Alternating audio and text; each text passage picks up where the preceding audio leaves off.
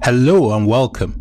In this lecture, we are going to be having a look at the minimum requirements that Microsoft has set out that your computer should have before you can install Visual Studio.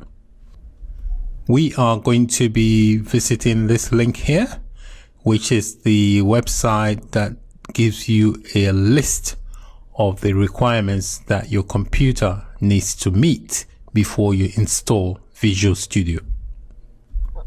This is the website that Microsoft has used to stipulate the requirements. There are different versions of Visual Studio, but we are going to be focusing on the free edition, which is called Visual Studio Community 2015 with Update 3. It's a very powerful edition. That's what we're focusing on here. So we start with the hardware requirements. So the minimum hardware requirements specified here, your processor needs to be 1.6 gigahertz or faster. Your memory should be 1 gig. If you are using a virtual machine, then you should have at least 1.5 gigabyte. The hard disks, you should have at least 4 gigabyte of disk space that is free. You need to have DirectX 9 capable video card that supports a resolution of 1024 by 768 or higher.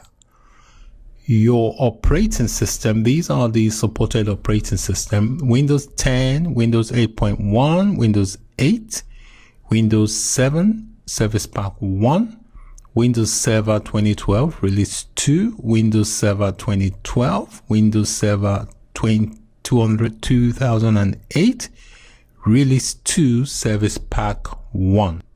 So on the operating system side, you need to have a minimum Windows 7 Service Pack 1. And the hard drive, you need to have a minimum 4 gigabyte of disk space. Processor 1.6 gigahertz or faster. So if your computer meets these minimum requirements, then you are ready to install Visual Studio.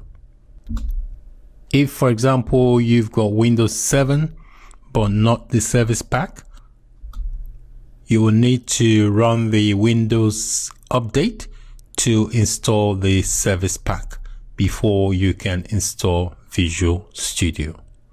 So that is it for this lecture. In this lecture, we basically went through the requirements specified by Microsoft that you need to have on your computer before you can install Visual Studio.